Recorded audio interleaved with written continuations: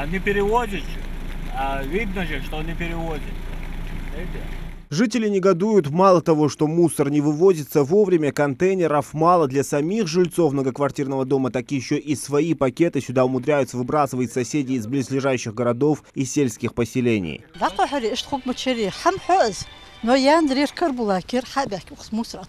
Картина удручает. Мусор все прибывает. Вывозить его должны ежедневно или по мере накопления. Но этого не происходит. Руководитель управляющей компании Ремкомсервис отмечает, что этим должен заниматься региональный оператор «Экосистема». Несмотря на то, что Минприроды расторгла с ними договор, они обязаны продолжать выполнять свою работу до выбора нового оператора.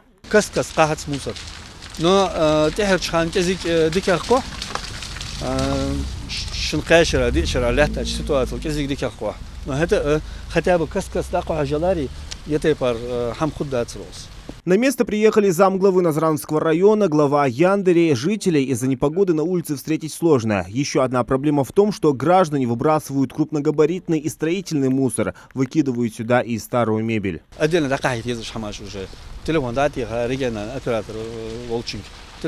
Машина заказать, да, машина все организовать, да, я езжу из мусора. Так, с чем вопрос урегулировать, в местной администрации заверили, что мусор уберут в ближайшее время, но уже прогнозируют повтор этой же ситуации через считанные дни, если люди сами не осознают степень своей безнаказанности. Жители из близлежащих районов намерены штрафовать. У городокер отсажу сык угоз мусор, а то сажу халяцичи, административное правонарушение, протокол составить, где ценсане связано уже штраф хуги, заранее закрепки волоса на хог долуш. Ханзер даяхки изыры, е региональный оператор, е экосистема фактически, но оха тагане и картин, а вот тара оха дагыл отсыш сарцане, но осыл дерса, хамдик до таган, ялаяндали сахти ансар, машины живоз, атёж. И мусор таган даяхки геологи, но ертеха я хам ю хавоттык доцы же угнаться хамдидес.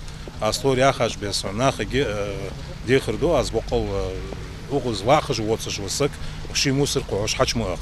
Как было обещано, через 1,5 часа мусор экосистема начала вывозить. Администрация сельского поселения Яндери и управляющая компания взывают нерадивых жителей к совести. Только общими усилиями получится сохранить чистоту и порядок в микрорайоне.